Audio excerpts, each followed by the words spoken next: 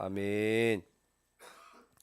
자, 여러분 오늘 창세기 20장 1절로 7절까지의 말씀을 읽었는데요. 오늘 본문은 이 소돔과 고모라의 심판 이후의 이야기를 다루고 있습니다. 이제 앞부분에서 우리가 소돔과 고모라의 심판에 관한 내용을 좀 읽었고요. 자, 근데 오늘 내용은 아브라함이 자신의 아내 사라를 또 누이라고 속이는 조금 심하게 표현하면 팔아먹은 그런 내용인데요. 그런데 우선 이 이야기를 읽으면 씁쓸한 마음을 감출 수가 없습니다. 왜냐하면 우리는 이와 똑같은 아브라함의 실수를 이미 살펴보았기 때문에 그렇습니다. 그렇죠? 창세기 12장에서 이미 아브라함이 75세 가나안 땅에 들어와서 기근이 심해지자 애굽으로 내려갔고 애굽에서 그 아내 사라를 누이라고 속였던 일을 이미 읽어보았기 때문에 사실 마음이 그렇게 편치는 않습니다. 이때 창세기 12장에 아브라함이 애굽으로 내려가서 아내 사라를 누이라고 속였던 때 나이가 몇 살이었냐면 75세였습니다. 근데 정확하게 24년이 흘렀습니다. 아브라함이 이제 99세가 되었고요. 하나님의 언약의 증표인 이 할례를 몸에 새기면서 하나님의 약속을 확실하게 믿기도 되었고, 그리고 소돔과 고모라를 위해서 중보기도하는 이 성숙한 모습도, 신앙의 성숙한 모습도 우리가 이미 보았습니다. 그런데 24년이 지나기는 했지만 또 그리고 신앙이 어느 정도 성숙해 보이는 것 같았지만, 그러나 아브라함은 그때와 똑같은 실수를 저지르고 있는 것을 우리가 오늘 창세기 20장을 통해서 볼 수가 있습니다.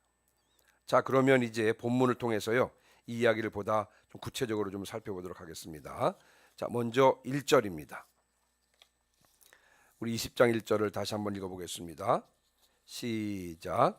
아브라함이 거기서 네게브 땅으로 옮겨가 가데스와 술 사이 그랄에 거류하며. 아멘. 자, 여기서 말하는 거기서는 아브라함이 정착하고 있던 헤브론을 말하는 것입니다.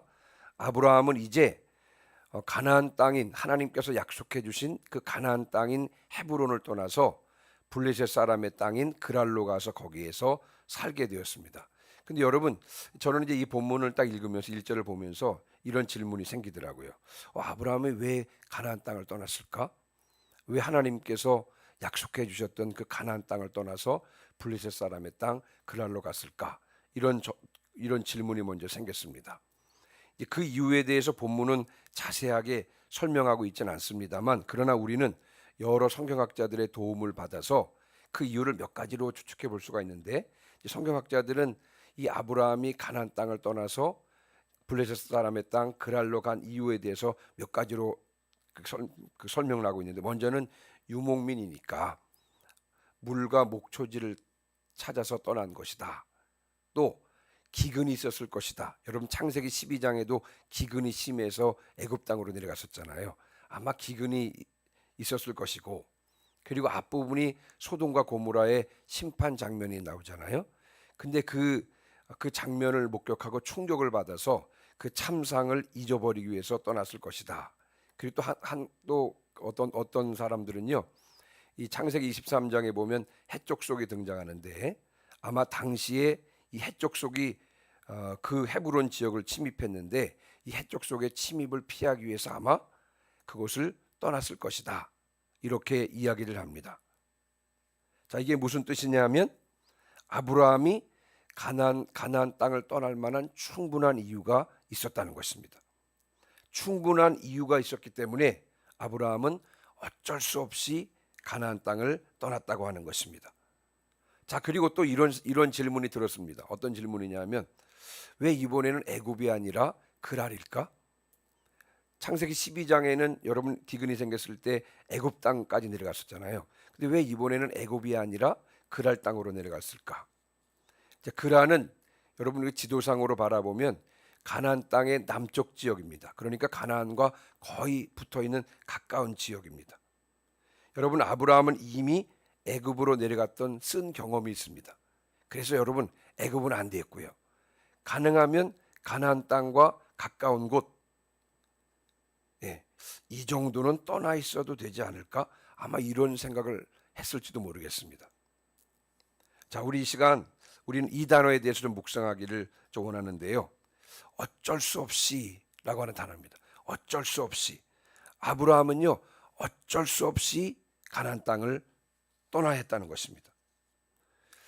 여러분, 사울이 선지자 사무엘에게 했던 그 말이 떠오르는데, 사무엘상 13장 12절에 보면 이런 말씀을 하고 있습니다. 사울이 선지자 사무엘에게 이런 말을 합니다. 블레셋 사람들이 나를 치러 길갈로 내려오겠거늘 부득이하여 번제를 드렸나이다. 예, 부득이하여 번제를 드렸나이다. 여러분, 사울이 왕이 되고 이제 블레셋과 전쟁을 하게 되었습니다. 곧 싸움이 시작될 텐데 사무엘은 약속한 기간 내에 오지 않았습니다.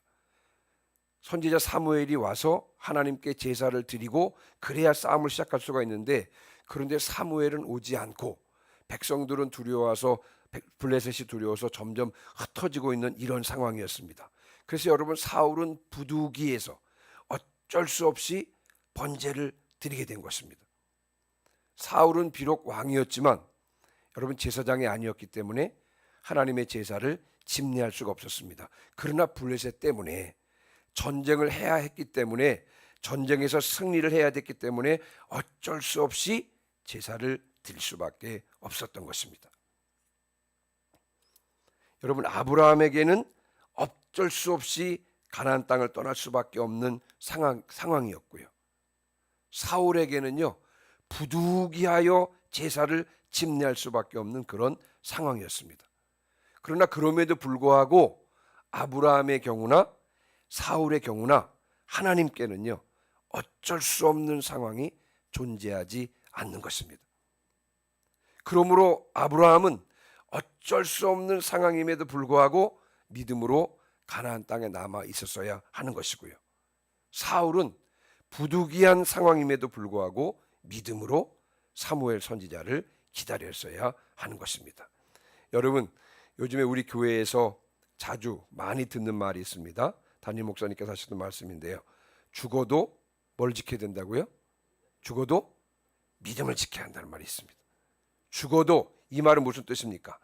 아무리 어쩔 수 없는 상황이라도, 아무리 부득이한 상황이라도 믿음을 지킬 때 하나님께서 개입하셔서 어쩔 수 없는 상황이라도 변화시켜 주신다고 하는 것입니다.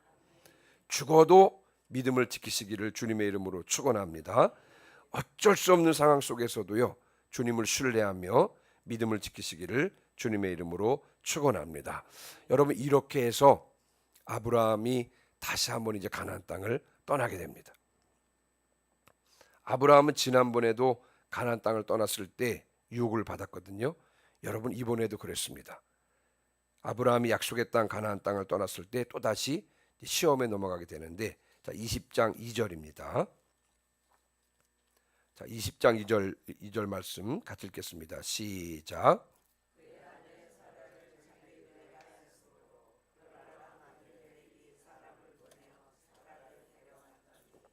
아멘. 24년 전에 애굽에서와 똑같은 상황이 발생했습니다. 어쩔 수 없이 이제 아브라함이 그랄 땅으로 갔을 때도요, 아브라함은요, 자신이 죽을 것 같으니까 아내 때문에 자신이 죽을 것 같으니까 아내 사라를 노이라고 속이고요. 그리고 그랄 왕 아비멜렉은 사람을 보내서 사라를 데려갔습니다. 사람을 데려가서 사라를 데려가서 아내를 삼은 것이죠. 여러분, 그 다음 이야기는 어떻게 전개됩니까? 하나님께서 즉시로 이 사건에 개입하는데요. 여러분, 3절 보시면요, 3절은 제가 읽습니다. 그 밤에, 즉 이제 아비멜렉이 사라를 데리고 간 그 밤에 하나님이 아비멜렉에게 현명하시고 그에게 이르시되 내가 데려간 이 여인으로 말미암아 내가 죽으리니 그는 남편이 있는 여자임이라. 하나님께서 아비멜렉에게 꿈에 나타나셔서 말씀하시는 거예요. 야, 이 여인이 유부녀다. 너 유부녀를 데려갔으니 죽을 거야. 이렇게 하나님께서 처음부터 아주 세게 말씀하십니다. 이제 그랬더니 여러분, 아비멜렉은 하나님께 분명히 드릴 말씀이 있었습니다. 뭐냐면요, 이것입니다. 여러분, 이제 뒷부분 읽지는 않고 제가 말로 좀 설명을 드려보면, 이제 아비멜렉이 하나님께 말씀을 드린 거예요. 아니 그 여자가 유부녀였다고요? 아닙니다. 아브라함도 이 사라를 누이라 그랬고요. 사라도 아브라함을 오라비라 그랬습니다. 저는 유부녀인 줄 몰랐습니다. 이렇게 말하는 것입니다. 또 한 가지 4절에 보니까 아비멜렉이 아직 사라를 가까이 하지 않았다는 것입니다. 다시 말씀을 드리면 성적인 관계를 하지 않았다는 것입니다. 그래서 여러분 아비멜렉이 하나님 앞에 아니 저는 모르고 한 것입니다. 이렇게 지금 말씀을 드리는 것입니다. 자, 그런데 여기서 중요한 사실이 하나 있는데요. 뭐냐면 아비멜렉이 하나님께 말씀을 드리는 거거든요. 저는 아직 사라를 가까이 하지 않았습니다. 이렇게 말하는데요. 여러분 6절 한번 보세요. 6절. 자, 6절 같이 읽습니다. 시작. 하나님이 꿈에 또 그에게 이르시되 내가 온전한 마음으로 이렇게 한 줄을 나도 알았으므로 너를 막아 내게 범죄하지 아니하게 하였나니 여인에게 가까이 하지 못하게 함이 이 때문이니라. 아멘. 자, 여러분 하나님께서는요 아비멜렉에게 죄가 없다는 사실을 하나님께서는 알고 계셨습니다. 아비멜렉이 온전한 마음과 깨끗한 손으로 이렇게 한 것을 하나님께서는 알고 계셨습니다. 그래서 여러분 6절 보니까 너를 막아 내게 범죄하지 아니하게 하였나니, 그러면서 뭐라고 말씀하셨냐면 여인에게 가까이 하지 못하게 함이 이 때문이라 그랬습니다. 여러분 아비멜렉은 사라를 아내로 삼으려고 데려오긴 했지만 아직 성적인 관계를 하지 않은 상태입니다. 왜 하지 않았냐면요, 아비멜렉이 점잖았기 때문이 아니라 하나님께서 막았기 때문에 그랬습니다. 하나님께서 사라를 가까이 하지 못하도록 막았기 때문에 그런데 자, 그러면 하나님께서는 어떻게 아비멜렉이 사라를 가까이 하지 못하도록 막았습니까? 17절입니다. 17절을 먼저 보겠습니다. 17절 같이 읽겠습니다. 시작. 아브라함이 하나님께 기도하매 하나님이 아비멜렉과 그의 아내와 여종을 치료하사 출산하게 하셨으니. 아멘. 다시 한번 보세요. 17절 본문을 다시 한번 보시면 아브라함이 하나님께 기도하며 어떻게 됐다고요? 하나님이 아비멜렉과 그의 아내와 여종을 치료하사 출산하게 하셨으니. 18절. 여호와께서 이왕에 아브라함의 아내 사라의 일로 아비멜렉의 집에 모든 태를 닫으셨음이더라. 아멘. 자, 여러분 다시 한번 정리를 좀 해보겠습니다. 하나님께서는요 아비멜렉이 사라를 데려오기 전에 이미 아비멜렉의 집에 모든 태를 닫으셨습니다. 아비멜렉이 사라를 데려오기 전에 이미 하나님께서는요 그 아비멜렉의 집에 모든 태를 닫으셨습니다. 즉 다시 말씀을 드리면 하나님께서는요 아비멜렉과 그의 가족에게 생식에 관련된 어떤 질병을 주신 것입니다. 사라를 데려오기 전에 이미 그런 생식과 관련된 어떤 질병을 주셨던 것이고요. 그래서 아비멜렉이 사라를 데려오긴 데려왔습니다만 그러나 사라와 관계를 할 수 없었던 것입니다.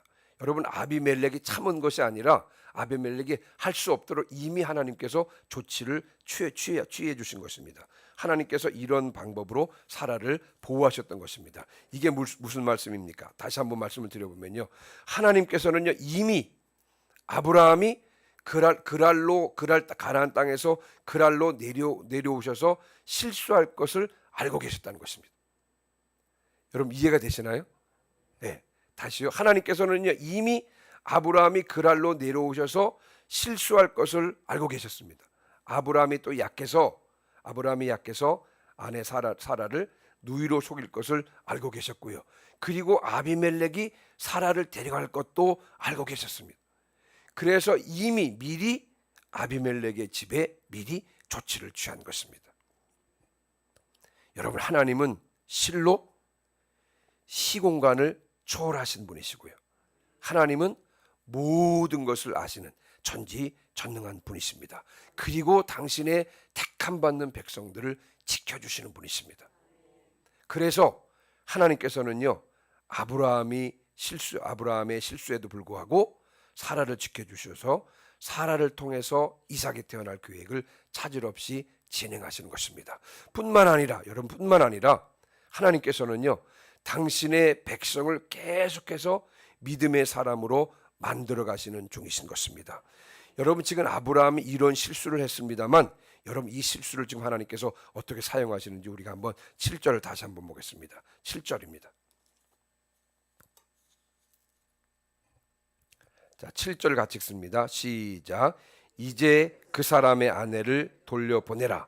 그는 선지자라.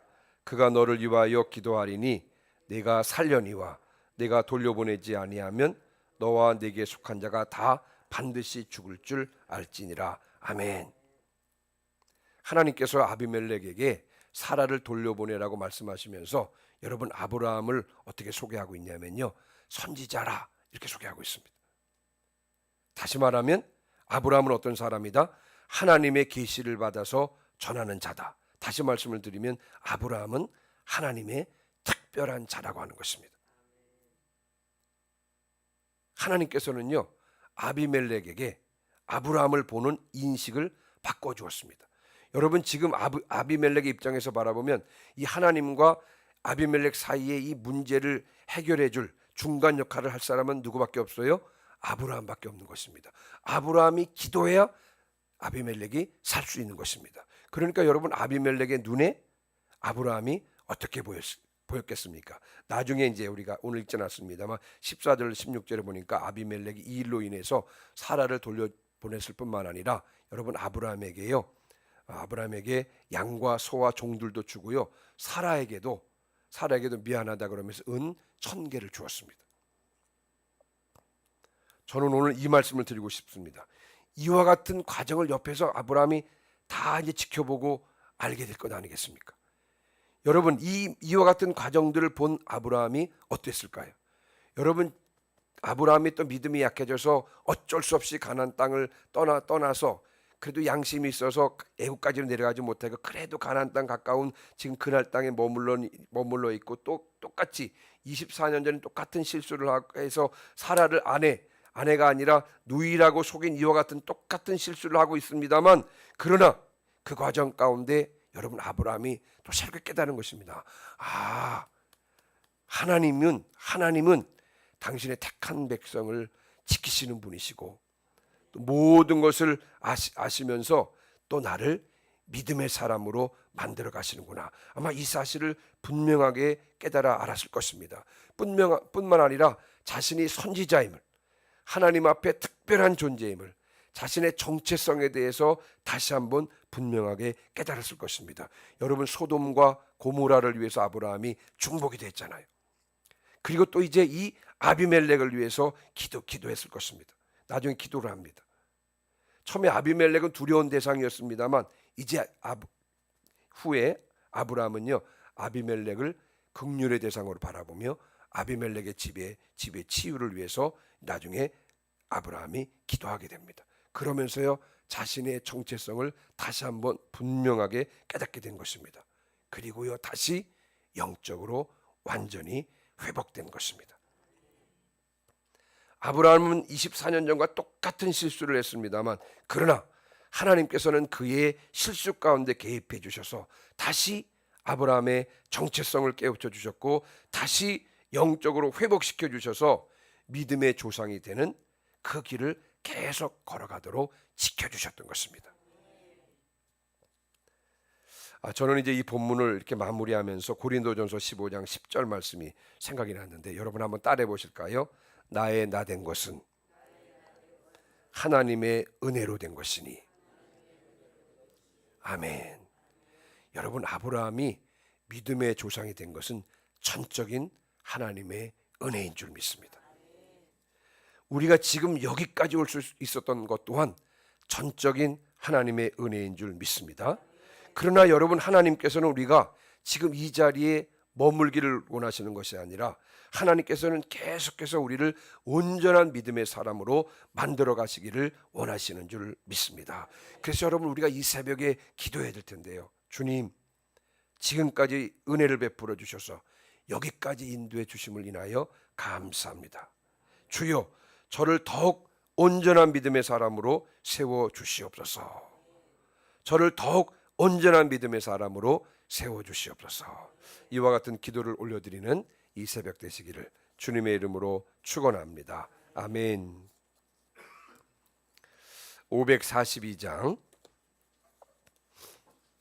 542장 찬송하시고 오늘 들은 말씀을 붙잡고 통성으로 기도하시겠습니다.